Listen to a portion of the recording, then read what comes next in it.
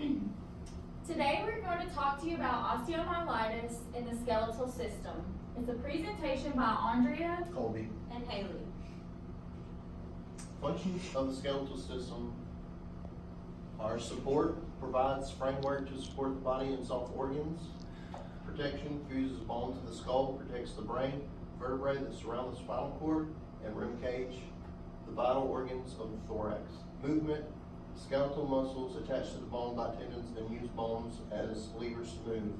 Production of blood cells, and it stores calcium. So what is osteomyelitis and how do you get it?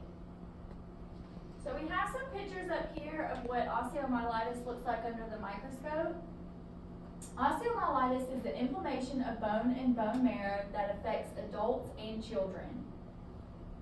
It's caused by a broad spectrum of pus-forming bacteria that enter the body by a wound from trauma or surgery, or spread from an infection near the bone.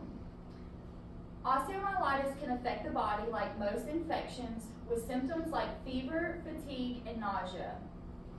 Tenderness, redness, and warmth can be found near the area of infection.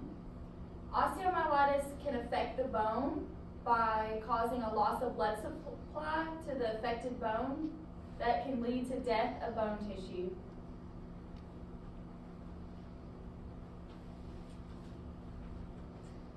So now we're going to show you the model that we created to represent the pathology of osteomyelitis in the femur bone.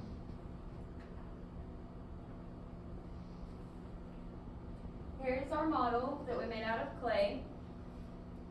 We have labeled each part of the femur.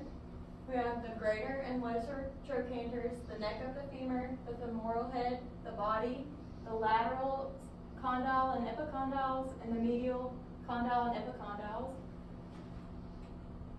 Here's a close-up picture of our model. To create our model, we used red makeup and paint to create the inflammation and the swelling inside of the bone. Here we made pus out of slime to represent more of the infection inside of the bone.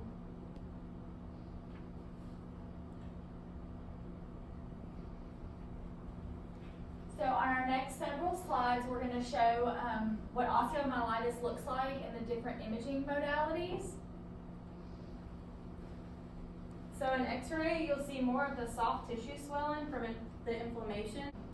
So here's an X-ray of osteomyelitis where the arrow is pointing. This one doesn't show very much inflammation or swelling around the soft tissue, just the osteomyelitis of the femur bone. So with CT, when you're looking at osteomyelitis, it shows the tissue involvement in the thin laminated periosteal reaction.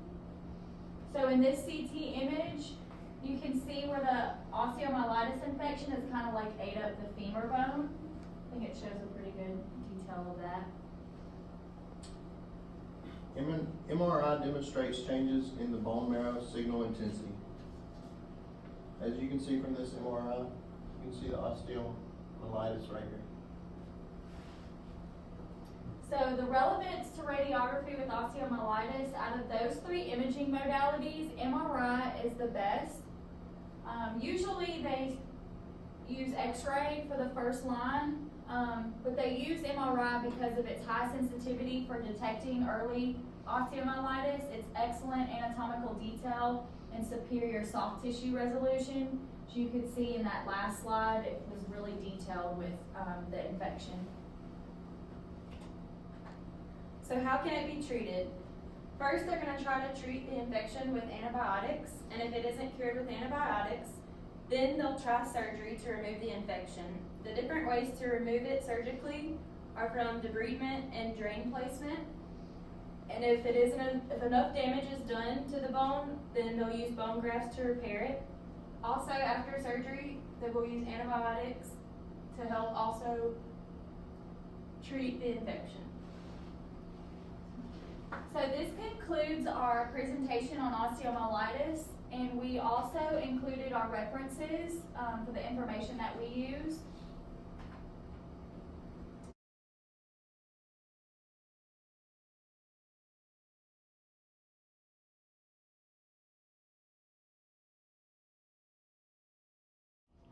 Osteomyelitis can be caused by a broad spectrum of pus-forming bacteria that enter the body via a wound. So we're going to talk about the different imaging modalities that are used to diagnose osteomyelitis.